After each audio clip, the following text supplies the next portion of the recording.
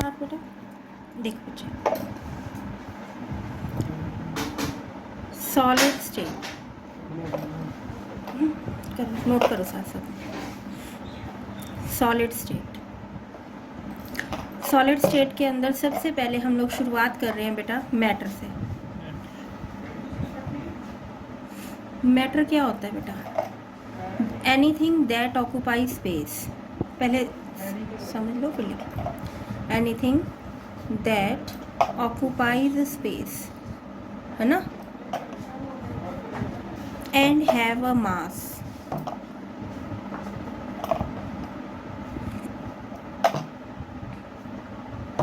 is called matter। Matter की मैंने आपको बताया था स्टेजेस कौन कौन सी हैं बेटा? Solid, liquid, gas and fourth है प्लाज्मा।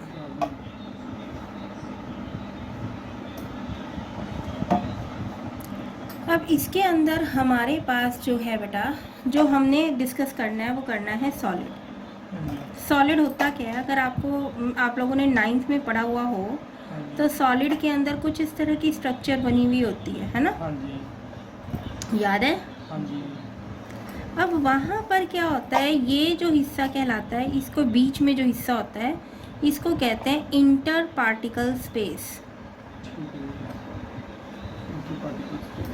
और ये जो हैं ये हैं हमारे पार्टिकल्स।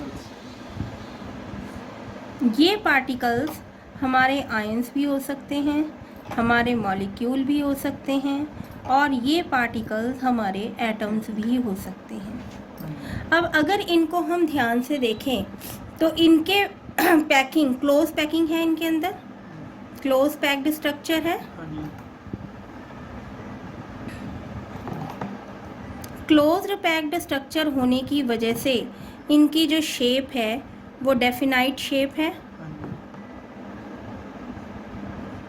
डेफिनाइट वॉल्यूम है इनका,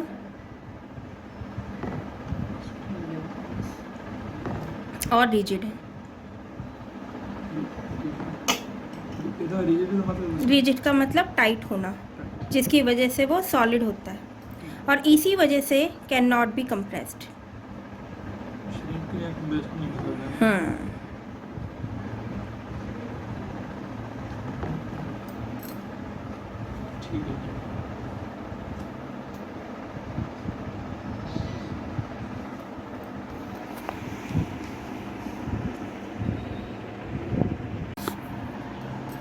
नेक्स्ट है आपका shape of solid.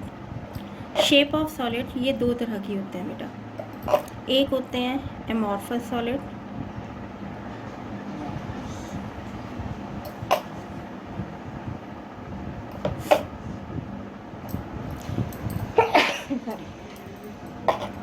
Crystalline solid. कि मुझे एलर्जी हुई है।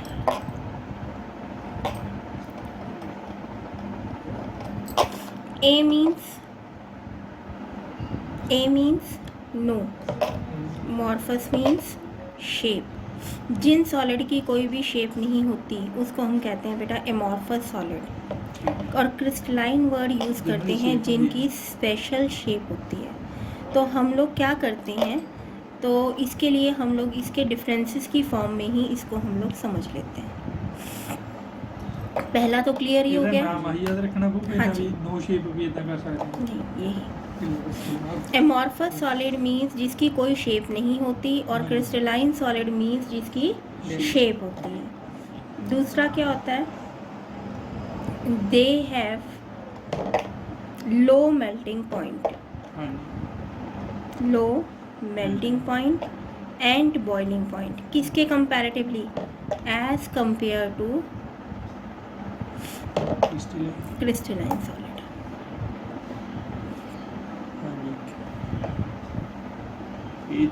इनके अंदर ज़्यादा होंगे, किसके कंपैरेटिवली? इनके comparatively. Third, isotropic in nature. इन सब की डेफिनेशन अभी समझाती हूँ। आइसोट्रॉपिक इन नेचर ये है an isotropic in nature, may be school में हुआ हो। सारे pseudo solid,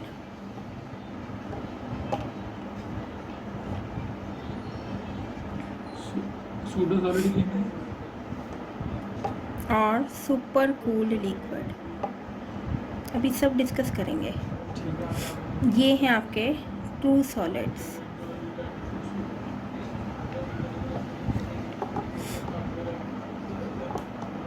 give rough and irregular surface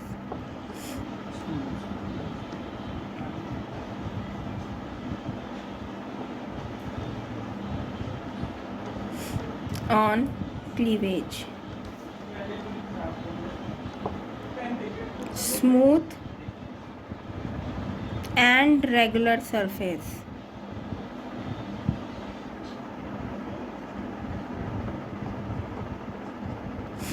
on cleavage। आप सीधा सा अपने दिमाग में ये सोच के देखो कि अगर आपको जो है कांच को काटने के लिए दे दिया जाए तो क्या कांच में स्मूथ सरफेस मिलेगी? उसके बीच में खुरदरी खुरदरी सरफेस मिलेगी। ठीक है, अगर मान लो मैं अपने हाथ की बात करूं, है ना, तो हाथ को मैं बीच में से कट कर रही हूँ तो एक तरफ 3 उंगलियां गई, एक तरफ 2 गई, यानी कि रेगुलर नहीं है। ठीक है, लेकिन अगर मैं NaCl के क्रिस्टल को काटूं, यानी कि नमक के क्रिस्टल को काटूं, तो उसके अंदर हमें प्रॉपर हर तरफा एक जैसी स्ट्रक्चर मिलती है। ठीक है, इसका एग्जांपल आ जाता है आपका ग्लास, प्लास्टिक,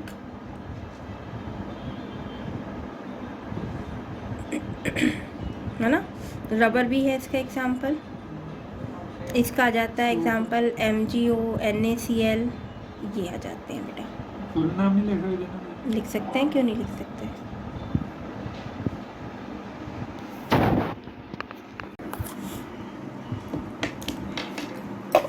हम बात करते हैं बेटा, हमने अभी टर्म्स यूज़ करी थी कि सूडो सॉलिड्स क्या होते हैं।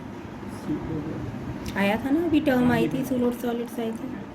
वो सॉलिड जो इजीली डिस्ट्रॉय हो जाते हैं, solids that are easily destroy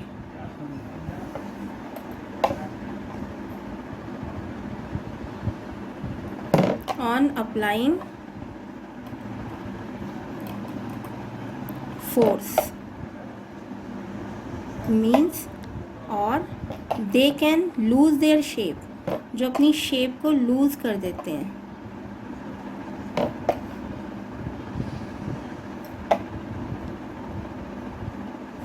are called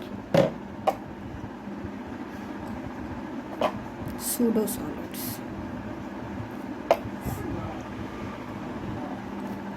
for example लोहा भी है जो कि नहीं है? ना ना ना ना ना, लोहे का तो कॉन्फ़िगरेशन फिक्स हो गया ना। आयरन जो है, आयरन से अटैच्ड हुआ हुआ है, तो उसकी तो शेप फिक्स है लोहे की। मेटल जितनी भी हैं वो आपकी फिक्स्ड शेप में आती हैं। क्यों? प्लास्टिक, एक बात सुनो, जो सॉफ्ट प्लास्टिक होती है वो क्यों नहीं डिस्ट्रॉय होती? इसीलिए तो वो सॉलिड है।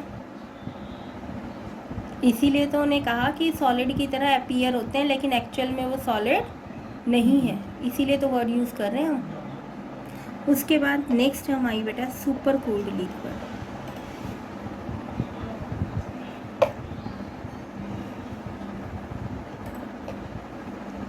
प्लास्टिक के अंदर क्या होता है, अभी तुमने जैसा कहा सॉलिड तो है नहीं। आप जो है प्लास्टिक का एक कप है, उसे ला जाके आग के पास रख दो, शेप चेंज हो जाएगी, नहीं हो जाएगी? तो एक तरह से उसके अंदर आपने क्या किया, कंडीशन चेंज कर दी बस उसकी, तो उसने अपनी शेप को इजीली चेंज कर दिया। ठीक है, अब सुपर कूल्ड लिक्विड क्या होते हैं कि जो दिखने में तो लुक लाइक रिजिड, देखने में तो वो जो है रिजिड लगते हैं, ठीक है, लेकिन बट ग्रेजुअली सॉफ्टन, जैसे ही आप उन्हें गर्म करते हैं, gradually soften over a wide range of temperature. लेकिन जैसे ही आप उसे बहुत ज़्यादा गर्म करते हैं, दे चेंज इनटू लिक्विड।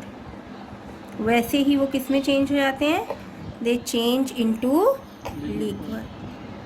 आइस भी है ना इसमें? आइस नहीं, आइस इसके अंदर नहीं, सुपर कूल लिक्विड। अब मैं इसका ना तुम्हें एक क्वेश्चन समझाती हूँ।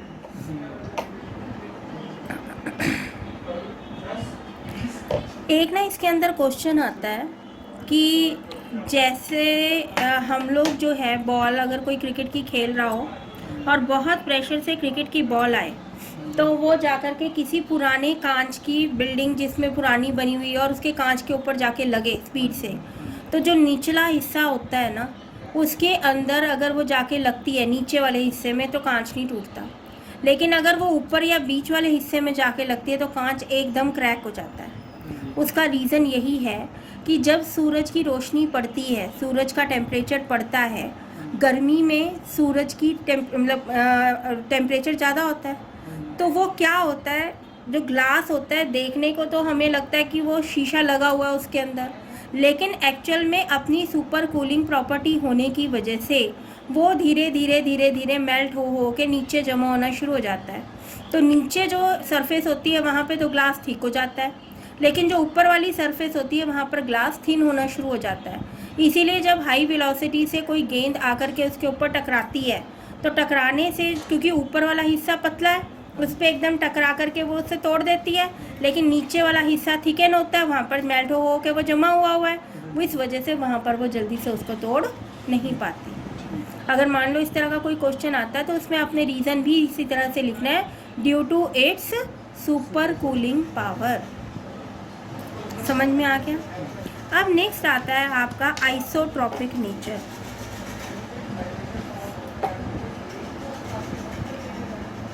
Iso means same, tropic means property.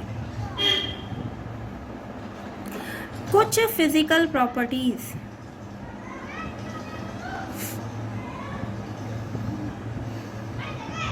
जैसे रिफ्रैक्टिव इंडेक्स,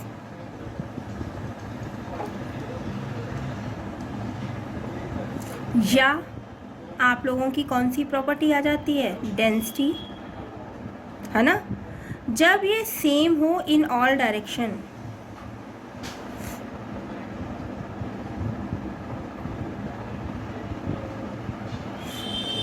जैसे सपोज यहाँ पे रेत का पार्टिकल पड़ा है, यहाँ पे भी रेत का ही पार्टिकल पड़ा है, यहाँ पे भी रेत का ही पार्टिकल पड़ा है। अब ये भी रेत, ये भी सिलिकॉन ऑक्साइड, ये भी सिलिकॉन डाइऑक्साइड, ये भी सिलिकॉन डाइऑक्साइड, यहाँ पे भी सिलिकॉन डाइऑक्साइड। तो वो क्या हुआ, हर डायरेक्शन में एक ही एलिमेंट मूव कर रहा है। अब एक ही है तो इसका मतलब उसकी सारी प्रॉपर्टीज़ भी सब जगह सेम होंगी। तो ये हो गया हमारा आइसोट्रॉपिक इन नेचर। लेकिन अगर हम बात करें,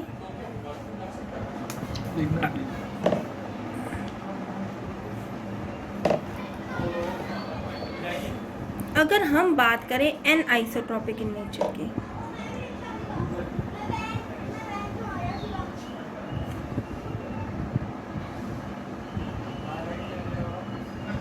तो उसमें क्या है, जैसे हमने सोडियम क्लोराइड लिखा, सोडियम क्लोराइड कैसे जुड़ा हुआ है, सोडियम का एक एटम Cl के एटम से सराउंडेड है।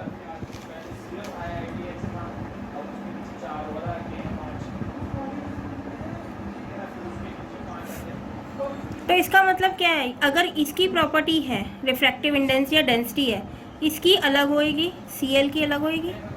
तो अब अगर हम देखें तो इसकी प्रॉपर्टीज़ हर डायरेक्शन में अलग अलग होगी इस मॉलिक्यूल के अंदर अंदर ही। तो ये क्या शो कर रहा है आपका, an isotropic in nature, different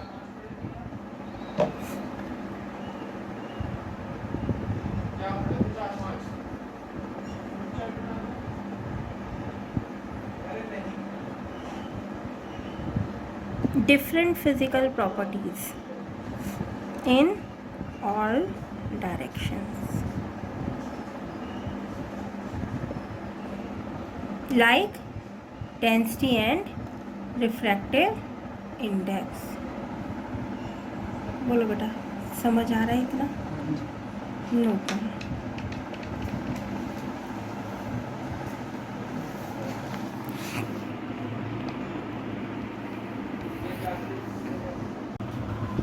अब बात करते हैं बेटा टाइप्स ऑफ क्रिस्टलाइन सॉलिड की। इसके अंदर ना कुछ पॉइंट्स हैं, उन पॉइंट्स को आपने हर एक के अंदर याद करना है। सबसे पहली हम लोग बात करते हैं बेटा कोवलेंट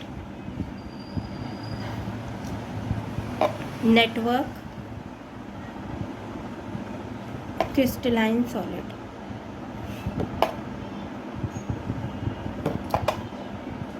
अब देखो इसमें हमें हर एक में ये चीज़ जो मैं पॉइंट्स लिख रही हूँ ना, हर एक के अंदर यही पॉइंट्स को डिस्क्राइब करना है। सबसे पहला पॉइंट लिखना है पार्टिकल,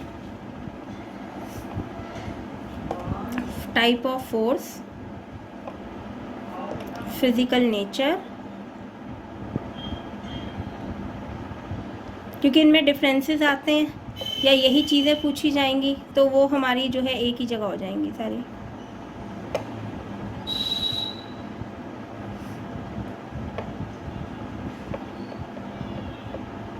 चलिए अब आप बताइए, लास्ट ईयर +1 आपने करी हुई है, कोवलेंट जो कंपाउंड बनते हैं वो कब बनते हैं, उनके अंदर क्या चीज़ होती है जो कोवलेंट कंपाउंड बनाती है, क्या कैसे बनते हैं कोवलेंट कंपाउंड? बॉन्ड बनते हैं किसके बीच में? दो molecule. Covalent compounds are formed by the sharing of atoms. Covalent compounds are formed by the sharing of atoms. तो एटम्स हो गए इनके अंदर पार्टिकल्स, ठीक। अब फोर्स क्या है? कोवलेंट बॉन्ड, क्योंकि कोवलेंट बॉन्ड के थ्रू दो एटम आपस में जुड़ रहे हैं ना, तो फोर्स क्या बन गई? Covalent bond. अब ये कॉम्पैक्ट स्ट्रक्चर बन गई इसलिए हार्ड हो जाएंगे। और ये जो है क्योंकि कोवलेंट है इसलिए ये जो है आपके जो है नॉन जो क्या कहते हैं कि गैसेस में भी होते हैं, है ना, लिक्विड में भी हो रहे हैं, सॉलिड में भी हो रहे हैं, तो इसमें सारे के सारे जो है वो कंडक्टिविटी तो नहीं शो कर सकते। तो गैसेस आर इंसुलेटर्स। अगर नॉर्मली देखें तो कोवलेंट कंपाउंड्स जितने भी होते हैं उनकी नेचर क्या होती है बेटा? इंसुलेटर। इंसुलेटर का मतलब क्या होता है? जिनमें से करंट या हीट पास नहीं हो सकती। इलेक्ट्रिकल न्यूट्रल होते हैं जो, जिनमें से करंट पास नहीं होता, वो होते हैं इंसुलेटर्स। और इनके एग्जाम्पल क्या हो गए बेटा? सिलिका। सिलिका का फॉर्मूला होता है SiO2। डायमंड, आपको पता है कि कार्बन की ही जो है एलोट्रोपिक फॉर्म है, तो ये हमारा पहला टाइप आ गया कोवलेंट क्रिस्टलाइन सॉलिड। कौन कौन से हैं? पार्टिकल्स कौन से हैं? एटम्स।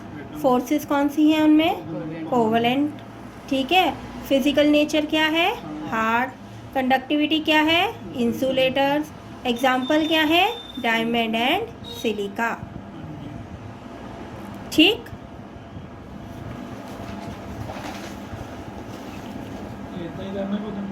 जैसे वैसे कर लो, वैसे उतार लेना, उतार।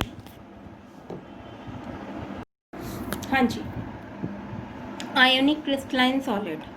अब आयोनिक क्रिस्टलाइन सॉलिड में आप बताओ मुझे पार्टिकल्स क्या होंगे?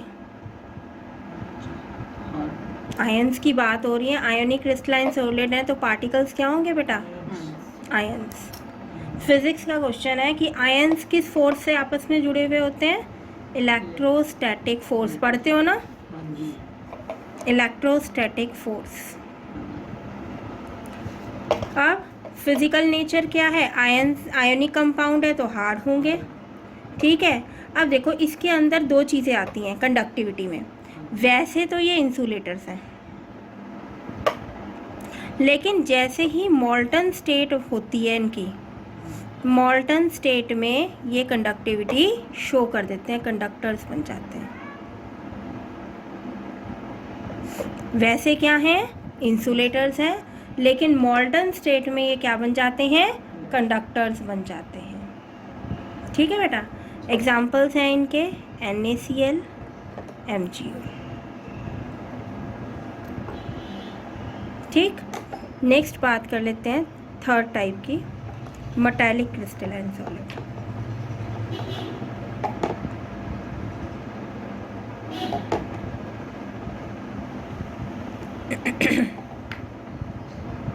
अब मेटल्स हैं, अंडरस्टूड है। मेटल क्या है? मेटल पार्टिकल्स हैं, लेकिन पार्टिकल्स क्या है? मेटल क्या है? एटम है। तो मेटल एटम आ गया आंसर।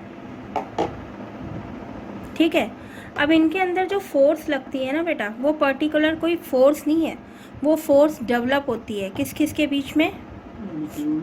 कोई भी मेटल जो होता है ना, वो क्या करेगा, जैसे ही आप उसे गर्म करोगे वो आयन बनाएगा और साथ में इलेक्ट्रॉन रिलीज करेगा। तो फोर्स भी जो जनरेट होगी किस किस के बीच में होगी, मेटल आयन के बीच में होगी और फ्री मोबाइल इलेक्ट्रॉन्स के बीच में होगी। तो इसमें जो जनरेट होएगी वो किस किस के बीच में आएगी, मेटल पॉजिटिव आयन के बीच में होएगी एंड फ्री मोबाइल इलेक्ट्रॉन्स के बीच में होगी, क्योंकि यही तो मोबाइल इलेक्ट्रॉन्स जो है इधर उधर भागते हैं और हीट को और कंडक्टिविटी को जनरेट करते हैं।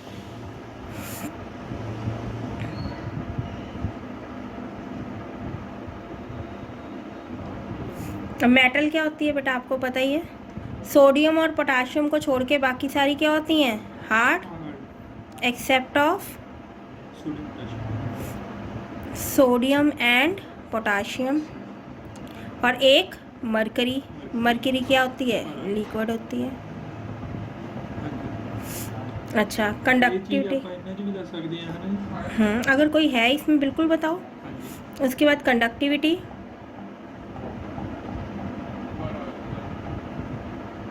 अब देखो फ्री मोबाइल इलेक्ट्रॉन्स हैं, उन्होंने भाग भाग के हीट को इधर से उधर पहुंचाना है, इलेक्ट्रिसिटी करंट को इधर उधर पहुंचाना है, तो कंडक्टिविटी क्या हो गए, कंडक्टर्स। और एग्जाम्पल क्या हो गया इसमें आपका, एग्जाम्पल हो गए ये जितने भी अभी हमने बात करी है ऑल मेटल्स की, ये सारे आपके आगे। इनको छोड़ करके जिनको एक्सेप्ट वर्ड लिखा है हम लोगों ने, Fe हो गया, सिल्वर हो गया, ठीक है, कॉपर हो गया, ये हमारे सबसे अच्छे good conductors of heat and electricity हैं।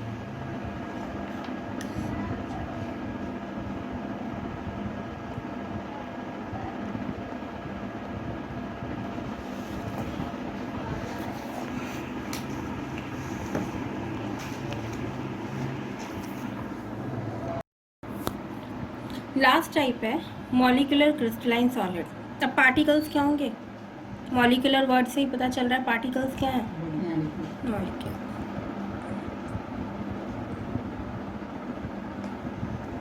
अब इनके बीच में लगने वाली फोर्सेस कई तरह की होती हैं, ठीक है। पहली फोर्स इनके अंदर जो आती है बेटा, वो है हाइड्रोजन बॉन्डिंग। आपको पता है मॉलिक्यूल्स के बीच में बनती है हाइड्रोजन बॉन्डिंग। दूसरी है डाइपोल डाइपोल इंटरेक्शन।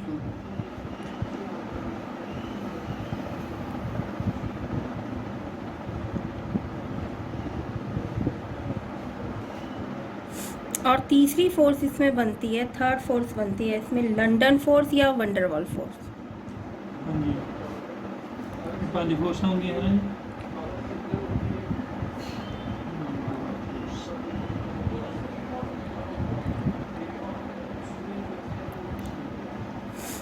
ठीक है। कंडक्टिविटी इन तीनों फोर्सेस के लिए इंसुलेटर है। तीनों फोर्सेस के कंडीशन में इंसुलेटर्स हैं कंडक्टिविटी, ठीक है। और जो फिजिकल नेचर है वो होती है हार्ड। अब एग्जांपल्स इन तीनों के लिए कर लेते हैं। हाइड्रोजन बॉन्डिंग का एग्जांपल है बेटा वाटर, ठीक है।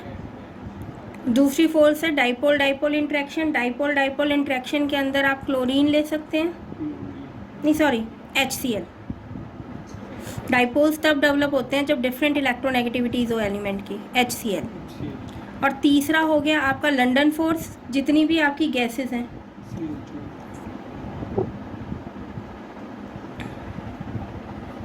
ये आपके एग्जांपल्स आ गए। अब जब इसके डिफरेंसेस आप लोगों ने लिखने हैं, तो डिफरेंसेस लिखने का एक तरीका है।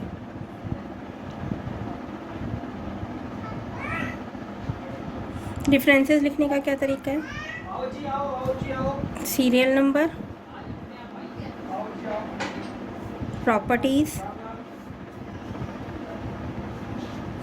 फिर आपके जिनके अंदर आपने लिखना है। सपोज आपने लिखनी है कोवेलेंट बॉन्ड के अंदर और आयोनिक के अंदर, तो ये लिखोगे आप। अब यहाँ पे आपने ऐसे लिखा, जैसे सपोज किया फर्स्ट नंबर पे हमने प्रॉपर्टी क्या लिखी, पार्टिकल। अब जिन दो के बारे में सपोज हमने कोवेलेंट और आयनिक के बारे में बात करी, तो पार्टिकल्स क्या बन गए, इसके कोवेलेंट के एटम्स आ गए, और आयनिक के क्या बन गए, पार्टिकल्स, आयन्स आ गए। ऐसे सेकंड हमने लिखा फोर्स इनके बीच में लगने वाली। अब कोवेलेंट की फोर्स कौन सी है, कोवेलेंट के अंदर कौन सी फोर्स लग रही है, कोवेलेंट बॉन्ड लग रही है फोर्स। और इसके अंदर कौन सी फोर्स लग रही है, इलेक्ट्रोस्टैटिक फोर्स लग रही है।